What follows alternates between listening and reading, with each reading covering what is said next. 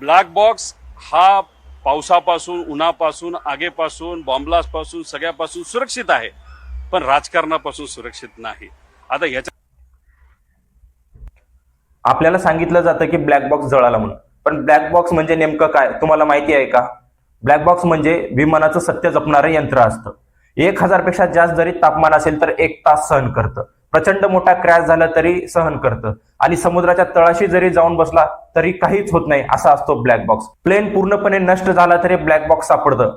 हा आतापर्यंतचा इतिहास आहे. मग हा इतिहास बारामतीमध्ये येऊन बदलला का? आणि ते पण अजितदादाच्याच विमानाचा. प्रशासन, तुम्ही जनतेला एवढं पण कमी समजू नका. माझं बोलणं कोणासाठी नाही आणि कोणाच्या विरोधात नाही. माझं बोलणं आहे फक्त सत्याच्या बाजूने. आम्हाला उत्तर हवं आहे, ब्लॅक बॉक्स खरंच जळाला का काही लपवलं जातं? कारण हा प्रश्न राजकारणाचा नाही, हा प्रश्न आहे विश्वासाचा.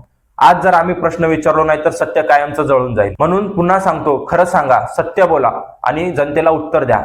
जय भवानी, जय शिवाजी.